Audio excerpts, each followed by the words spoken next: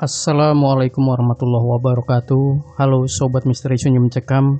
Apa kabar Anda hari ini? Mudah-mudahan selalu fine, selalu dalam lindungan Allah Subhanahu wa Ta'ala, dan selalu dilimpahkan rezeki. Jumpa kembali bersama kami, channel yang setiap hari selalu menyuguhkan cerita-cerita misteri yang menarik. Dan kali ini kami akan berbagi sebuah kisah nyata misteri yang berjudul Asrama Mahasiswa Taruna Berhantu. Hari ini aku mau sedikit cerita tentang pengalaman horor ketika zaman-zaman dimana baru masuk kuliah, sekitar tahun 2014. Oh ya, kampusku itu kampus kedinasan, jadi untuk calon taruna itu harus tinggal di asrama sekitar 1 tahun. Dan awal pas masuk asrama sih sedikit kaget ya, soalnya asrama yang mau ditempatin angkatanku ini emang bener-bener udah kosong sekitar 7 tahun. Jadi pure asrama baru. Soalnya yang angkatan sebelumnya, asramanya ada di sekitaran kampus. Karena angkatanku jumlah tarunanya hampir 1,5 kali lipat dari angkatan sebelumnya. Jadi deh dipindahin ke asrama yang aku tempatin ini. Sebelumnya aku nggak akan menyebutkan lokasi asrama dan nama kampusnya ya. Hari demi hari aku lalui di asrama tersebut. Oh ya, di asrama itu ada 8 mes dan aku kebagian di mes G.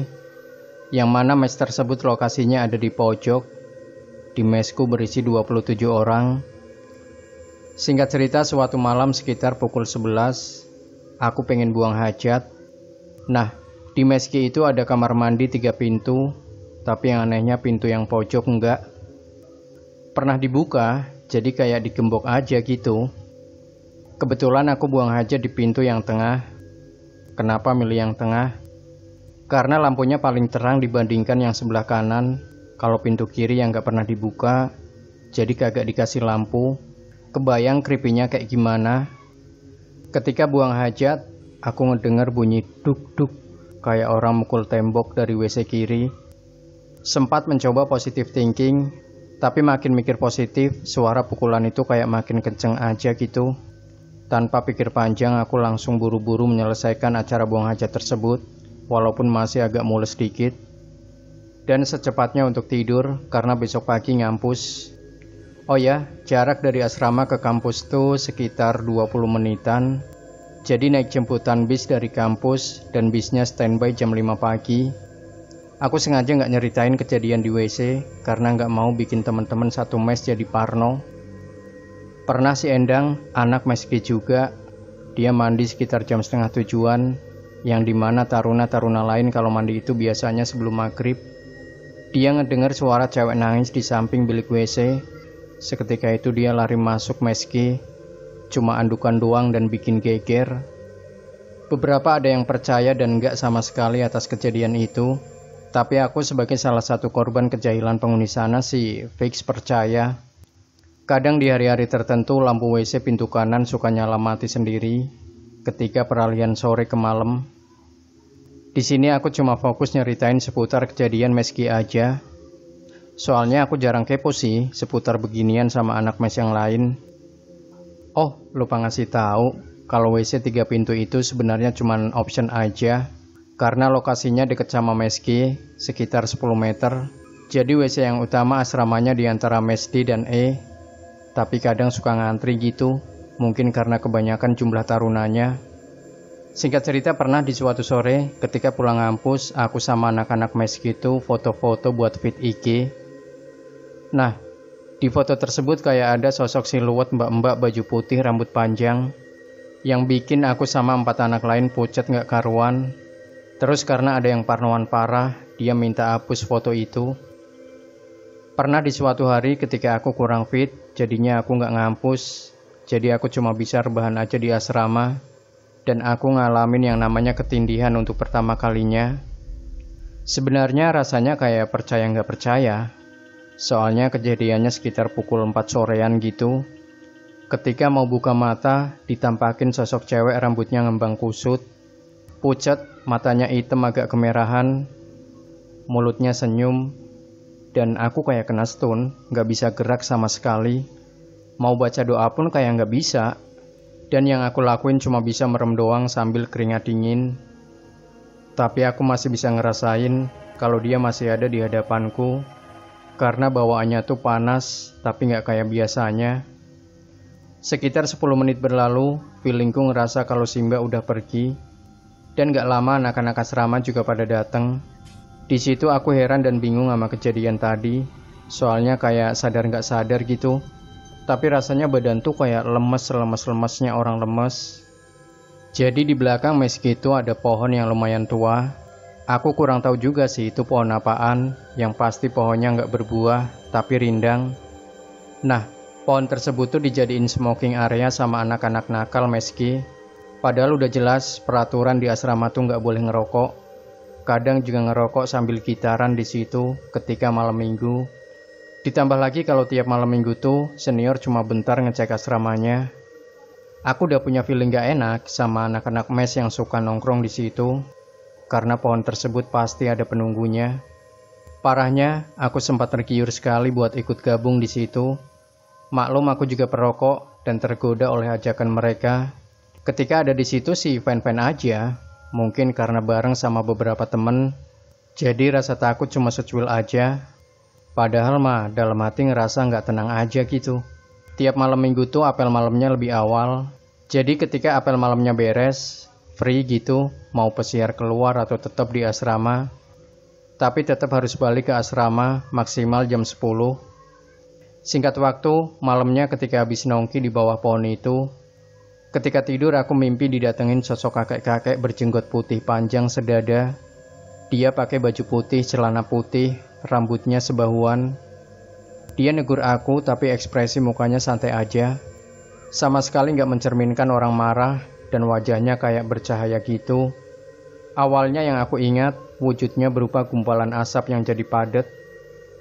Yang aku ingat dia bilang pakai bahasa Sunda, dan kalau diartiin, "Dek, tolong bilangin sama temen-temennya, jangan berisik kalau kalian gak mau saya usik." "Iya, maaf Ki, kalau saya banyak salah sama teman-teman saya di sini." Sesingkat itu obrolanku sama si kakek ketika di mimpi tersebut. Otomatis aku sampein pesan si kakek ke teman-temanku ini, tapi mereka malah kagak percaya. Dikarenakan tiap mereka nongkrong di situ nggak ada kejadian apa-apa. Di sini aku agak sedikit jengkel, karena mereka dengan gampangnya menyepelekan hal tersebut, sampai dimana ketika mereka sedang berada di bawah pohon itu, mereka tiba-tiba dihujani batu kerikil secara beruntun dari atas pohon tua tersebut, dan mengakibatkan mereka seperti mengalami demam tinggi, layaknya orang demam pada umumnya. Tapi lambat laun demam tersebut hilang dengan sendirinya. Nah, salah satu dari mereka, yaitu Gito, mimpi didatangi sosok kakek tua. Namun sosoknya berbeda sama kakek tua yang datang ke mimpiku. Ini menurut kesaksian si Gito. Pokoknya kakek-kakek, tapi bertaring, megang tongkat, bajunya lusuh, matanya nyala terang berwarna merah sambil bilang, "Sekali lagi kalian kayak gini, saya nggak bakal segan buat bikin kalian celaka." Akhirnya, semenjak kejadian itu anak-anak meski mulai nggak berani macam-macam lagi. Mungkin masalah kita dengan kakek penunggu pohon sudah terselesaikan, tapi gangguan dari penunggu lain tuh tetap aja nggak berakhir. Sekelebatan bayangan tuh berasa sering aku lihat ketika peralihan sore ke malam, dan tertanya di meski juga si Yogi, teman samping kasurku. Dia sering ngeliat bayang itu juga. Kadang suara mbak-mbak nangis kayak terseduh-seduh, suara barang jatuh, keran air yang nyala dengan sendirinya. Dia juga bilang kalau si penunggu WC itu sering mondar-mandir ke meski dan sering cekikikan di saat tengah malam tiba. Yogi bilang pernah di saat dia kebangun, dia lihat ada tangan yang ngetok-ngetok pintu utama meski itu, sosoknya cuma tangan doang, dan berbulu lebat besar. Saat itu yang aku ingat malam Jumat beres apel malam, di meski itu ada yang sakit, kalau nggak salah si Abdul. Dia kayak menggeram, awalnya sih batuk-batuk, tapi lambat laun jadi menggeram gitu kayak geraman harimau. Sontak suasana mes jadi mencekam. Aku dan sebagian anak-anak megangin badan si Abdul sambil baca-baca doa yang aku hafal. Tapi hasilnya nihil. Dia tetap ngeronta-ronta. Di sisi lain Sihan juga kemasukan sosok kayak seorang jawara silat. Tapi yang aku ingat, intonasi suarahan jadi berubah total. Jadi kayak bukan suara dia yang aku kenal. 4 anak lain langsung gercep buat megangin si Hans yang mulai kayak pasang kuda-kuda buat silat. Tapi sialnya salah satu yang megangin si Hans itu, si Benny, tiba-tiba malah ketawa cekikikan seperti layaknya suara kuntilanak yang bikin bulu kuduk seisi mes merinding. Sebagian anak meski keluar cari bantuan ke kepala asrama yang kebetulan masih ada di wilayah asrama, dan beberapa anak mes sebelah pun berdatangan karena penasaran dengan apa yang terjadi di meski. Ada juga yang langsung sigap membantu memegang korban kesurupan tersebut. Gak lama kepala asrama datang bersama bapak, kayaknya kiai atau ustadz gitu. Si bapak tersebut sempat berdiri di depan asrama sekitar 1 menit, sambil ngewirit lalu menghampiri Hans dan Benny untuk menyadarkan mereka berdua. Dibacakannya surat Al-Quran oleh bapak tersebut kepada Hans dan Benny, namun sosok yang ada dalam tubuh Hans seperti menolak untuk keluar, sedangkan Benny tidak lama kemudian tersadar. Untuk nama si bapak ustadz kita sebut saja Pak Soleh. Kemudian Pak Soleh menyuruh anak meski lain untuk memegangi tubuh Hans karena tubuhnya semakin meronta-ronta. Total ada 6 anak meski yang megangin tubuh Hans. Gak lama Pak Soleh kembali membacakan doa tepat di hadapan Hans, sembari tangannya menutup mata Hans. Dan alhamdulillahnya Hans tersadar walaupun dibarengi dengan muntah-muntah. Nah, terakhir tinggal si Abdul yang tersisa. Dipeganginya seluruh tangan dan kaki si Abdul oleh beberapa anak. Aku lupa yang meganginya ada berapa, yang pasti termasuk aku sendiri.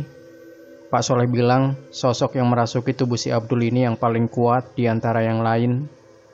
Awalnya si Abdul cuma meraung-raung layaknya harimau, tapi ketika Pak Soleh bacain ayat-ayat suci, si Abdul tiba-tiba ketawa dengan intonasi suara yang berat, lalu dia bilang, "Untuk apa kalian menempati wilayah saya? Kalian dengan seenaknya nempatin tempat ini tanpa izin terlebih dahulu. Manusia emang gak punya tata krama. Cuma bisa ngerusak lingkungan." Inti dalam percakapan tersebut, yang pasti Pak Soleh meminta bernegosiasi agar kami, taruna, bisa nyaman tinggal di mes. Tapi sosok tersebut tetap kekeh mempermasalahkan kenapa orang-orang yang pertama datang ke tempat ini, semenjak nggak dihuni sekitar 7 tahun, nggak minta izin terlebih dahulu. Anehnya, Pak Soleh sejenak lalu bilang kepada kita, "Ini mah bakal susah. Mending kita ambil jalan tengahnya aja." Lalu dengan sekuat tenaga Pak Soleh mengeluarkan sosok tersebut, dan syukurlah Abdul bisa tersadarkan. Pak Soleh bilang kepada kami untuk melakukan pengajian rutin setiap malam Jumat agar suasana mes bisa kondusif. Singkat waktu, pada saat pengajian malam Jumat yang pertama sih berjalan lancar. Nah, di saat pukul 10:30 malam, di mana itu jam tidur, posisi lampu tengah mes sudah dimatiin dan anak-anak mungkin beberapa ada yang udah tepar. Aku dikagetkan dengan suara kaca pecah di pojok mes, dan ternyata seperti ada sesuatu yang terlempar dari arah luar yang mengakibatkan kaca tersebut pecah. Di situ pas banget posisi kasurnya si JJ, ketua meski. Si JJ bilang gak ada benda yang masuk ke ruangan mes. Anak-anak mes sempat diam sesaat, mungkin karena kaget sama fenomena tersebut. Tapi si JJ mencoba nenangin kita semua dan bilang, "Ya udah, banyak-banyakin berdoa aja dan lanjut tidur. Lagian gak mau kan kesiangan bangun lalu dihukum senior." Karena kena hukum senior di esok hari lebih nyeremin menurutku. Sebenarnya di hari-hari biasa pun aku dan anak-anak meski lain sering ditampakin sosok-sosok bayangan sekelebatan ataupun fenomena suara tangisan, tapi lambat laun kejadian tersebut udah kayak jadi makanan sehari-hari buat anak-anak meski. Maklum, yang namanya taruna harus kuat mental dong. Pernah di suatu hari Minggu ketika aku jajan di warung yang lokasinya ada di luar lingkungan asrama, aku sempat kaget dengar kesaksian penjaga warung, di mana pada saat tahun pertama asrama yang aku tempatin kosong, ada kejadian wanita meninggal gantung diri di atas pohon yang lokasinya ada di depan WC meski. Tapi pohon tersebut sudah ditebang semenjak kejadian itu. Sempat dengar juga cerita anak mes lain, yaitu anak mes B. Di sana sering banget nyium bau seperti bau bangkai, yang lalu diiringi dengan kelebatan sosok putih berbungkus. Dan sosok itu juga sering mondar-mandir di sekitaran lorong mes A, B, dan C. Tapi awal kemunculannya sosok tersebut berasal dari atap mes B menurut kesaksian yang aku dengar. Untuk kegiatan pengajian malam Jumat pun dilaksanakan juga di mes-mes lainnya. Tapi menurutku yang paling ekstrim gangguannya tetap di mes G, karena mungkin lokasinya berdekatan sama pohon besar yang di belakang pohon yang ditebang dan WC 3 pintu itu. Untuk rentetan kejadian mistis yang lainnya, aku agak sedikit lupa. Tapi satu hal yang aku ingat, di mana beberapa hari sebelum akhirnya angkatan kami keluar dari asrama, saat itu aku ingat sekitar 6:30, habis maghrib, aku lupa ngangkat jemuran. Nah, posisi jemuran itu ada di samping kiri mes G. Jemuran pakaianku tuh letaknya agak belakang, yang mana itu dekat sama pohon tua yang ada di awal cerita. Ketika sedang angkatin jemuran, aku lihat di atas pohon tua itu ada sosok hitam berbulu lebat, mukanya hitam pekat, tingginya sekitar 2 meter lebih, dan ada taring di kedua ujung giginya. Sosok itu seperti menyelinap di antara ranting-ranting pohon. Seketika aku cuma bisa memejamkan mata dan baca surat-surat pendek. Ketika aku buka mata lagi, sosok itu sudah hilang dengan sendirinya. Sebelumnya aku juga pengen tahu cerita dari sudut pandang Yogi, CS ku di mes G. Tapi ketika tadi pagi aku chat dia enggan untuk cerita. Jadi cerita ini pure dari sudut pandangku semata aja. Setelah angkatanku keluar asrama, anehnya angkatan yang baru tuh nggak ditempatin di asrama tersebut. Jadi intinya cuma angkatanku aja yang ditempatin di asrama itu. Alasan utama junior ditempatkan di asrama baru sih, katanya asrama lama jaraknya terlalu jauh dari kampus dan kurang efektif. Demikian Sobat Misteri Sunyi Mencekam. Tinggalkan komentar Anda, like, share video ini, subscribe channel Sunyi Mencekam, dan kembali nantikan cerita-cerita misteri terbaru dari kami. Wassalamualaikum warahmatullahi wabarakatuh.